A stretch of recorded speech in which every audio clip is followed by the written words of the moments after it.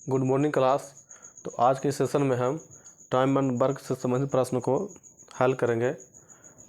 तो प्रश्न यह है कि मोहन किसी कार्य को 10 दिन में समाप्त कर सकता है जबकि सोहन इसे 15 दिन में समाप्त कर सकता है।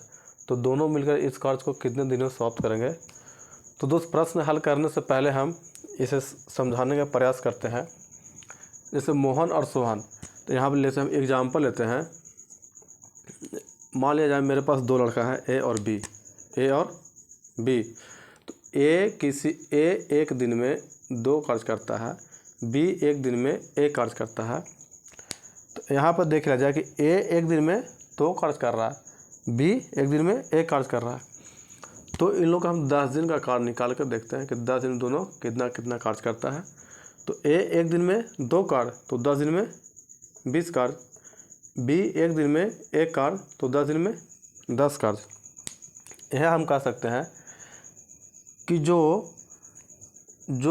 काम टाइम ले रहा है, वह अधिक कार्य कर रहा है, और जो अधिक टाइम ले रहा है वह कम कार्य कर रहा है। यानी इसे हम ऐसे बोल सकते हैं कि अगर ए की स्पीड अधिक है तो कम टाइम में अधिक दूरी तय करेगा, बी की स्पीड थोड़ा ए की तुलना में कम है तो अधिक समय भी लेगा और कम दूरी भी तय करेगा। तो यहाँ हम बोल सकते हैं कि जो समय और कार्य है वह एक दूसरे को उल्टा है। मतलब जो समय होता है उसका अपोजिट कार्य होता है। तो इसे हम एक उदाहरण के माध्यम से और समझाने का प्रयास करेंगे। जैसे ए और बी है, तो ए का जो एफिशिएंसी है, मतलब क्षमता, कार्य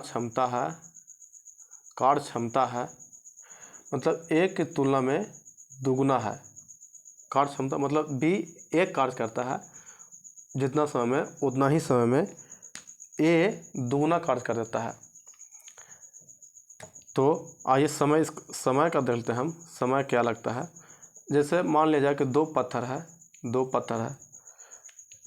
तो बी को अगर हटाने के लिए बोलते हैं कि चलो बाबू बी तुम हटाओ इसे, तो यह 2 पत्थर हटाने में 2 दिन का टाइम लेता है। और अगर यहीं पर ए का बोलेंगे तो ए 2 पत्थर हटाने में 1 दिन का समय लेगा और बी 2 दिन का समय लेगा। तो यहाँ पे हम यही चीज़ तो बताना चाह रहे थे कि कार्य और समय एक दूसरे का उल्टा होता है।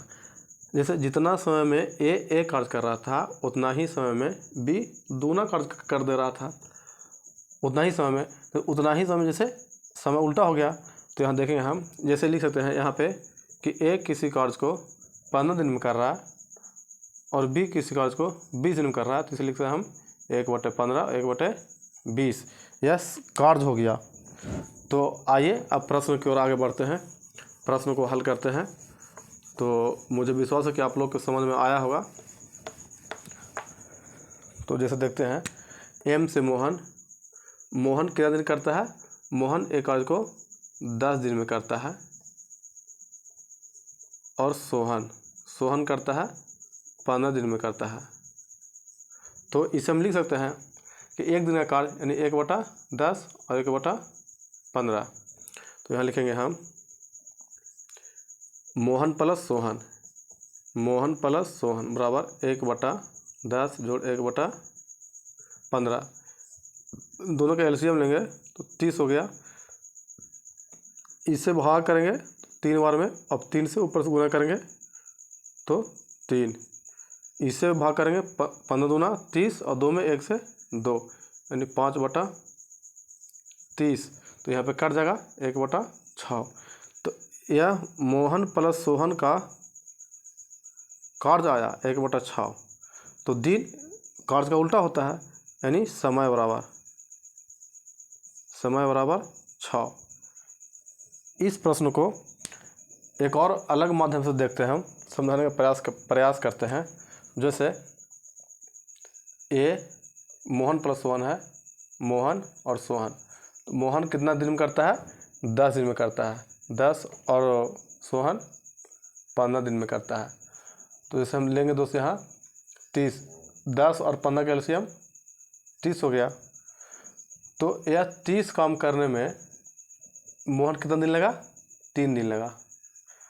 और यह सोहन जो है 30 काम करने में 2 दिन लगा, क्योंकि हम कार की तुलना कार से कर रहे हैं।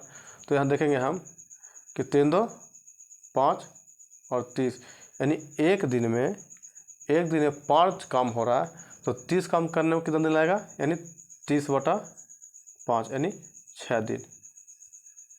6 दिन ये हो गया दोस्त, आंसर हो गया। तो आई होप दोस्त मुझे समझ में, आप लोगों को समझ में आया होगा और मैं भली भांति समझाने का प्रयास किया हूँ।